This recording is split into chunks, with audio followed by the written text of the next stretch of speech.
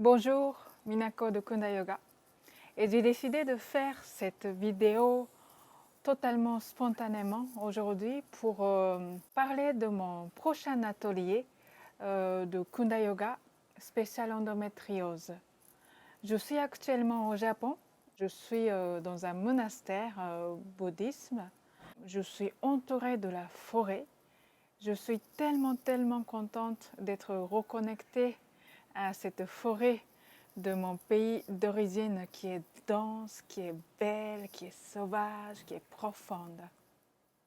Je reçois souvent des questions ou j'entends souvent au moment du cercle de parole durant l'atelier tous les questionnements comme est-ce que voilà, si j'accepte de faire le traitement hormonal, ok, mais c'est jusqu'à quand que je vais continuer?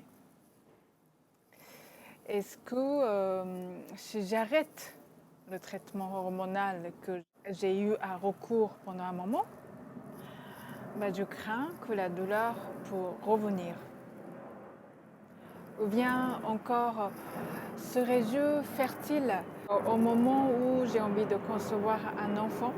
Est-ce que ça vaut vraiment la peine de changer mon alimentation pour améliorer l'endométriose symptomatique? Mon médecin préconise une opération. Est-ce que c'est vraiment nécessaire? Et puis, est-ce que le choix d'opération est pertinent avec mon cas? Après l'opération, comment puis-je retrouver la confiance en mon corps? Alors, j'ai décidé de partager avec vous comment faire les bons choix et puis de ne pas regretter et être sereine au moment présent. La première clé, c'est si vous n'êtes pas convaincu avec la recommandation, les conseils, la décision de votre premier médecin, alors osez aller consulter deuxième ou troisième médecin pour demander deuxième et troisième avis. Souvent, on n'ose pas aller demander d'autres avis chez les autres médecins. Et en même temps, c'est une pratique, par exemple aux États-Unis, qui se fait très fréquemment. Ils appellent ça second opinion. Et parfois, il y a un médecin qui a un avis et puis l'autre médecin qui peut avoir une réponse mieux adaptée à votre situation. Par exemple, j'ai rencontré une femme dans l'atelier de spécial endométriose de Kunda Yoga.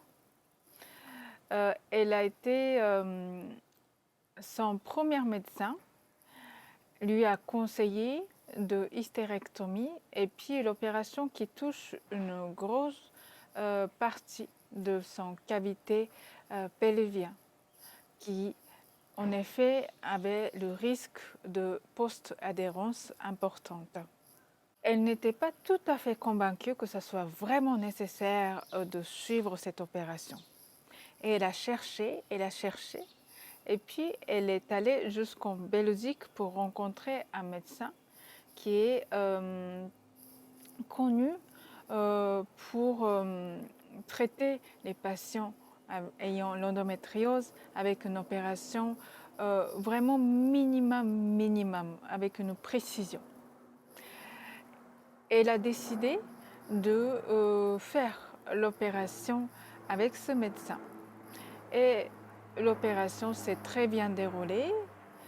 Puis après, en plus de ça, elle a décidé d'entreprendre son travail de psychosomatique de son endométriose, la compréhension du lien avec son état émotionnel et psychologique, son vécu, ce qu'elle a conclu et la maladie, l'endométriose que son corps a manifesté.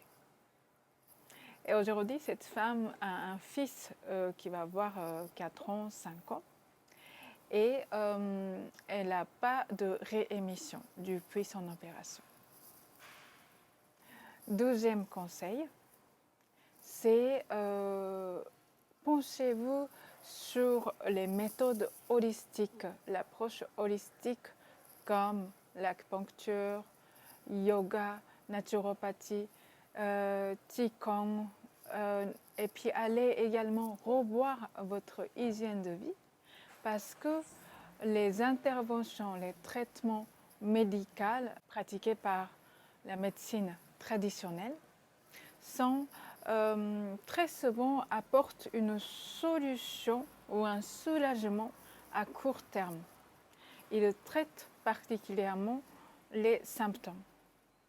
Alors que ces approches holistiques viennent améliorer notre terrain lui-même.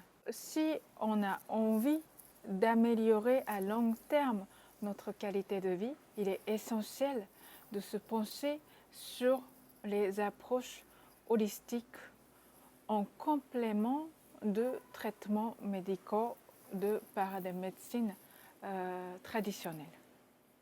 Troisième clé, c'est cultiver jour après jour l'écoute de votre corps. Parce que c'est assez étonnant, notre corps a des messages à nous transmettre, a une sagesse incroyable et qui nous apporte des compréhensions.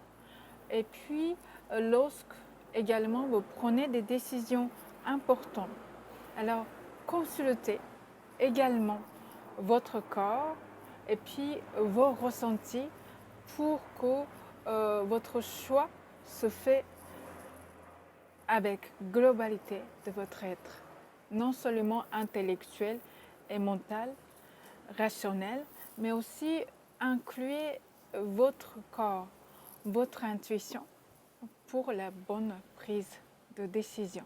Prochain atelier de Kunda Yoga spécial endométriose aura lieu le 15 juin, samedi. Vous pouvez vous inscrire et réserver votre place depuis le lien qui se trouve juste en dessous de cette vidéo. Alors, je vous dis à très bientôt et prenez soin de vous et cheminons ensemble pour embellir notre nature intérieure, notre forêt vierge à l'intérieur de chacune des femmes.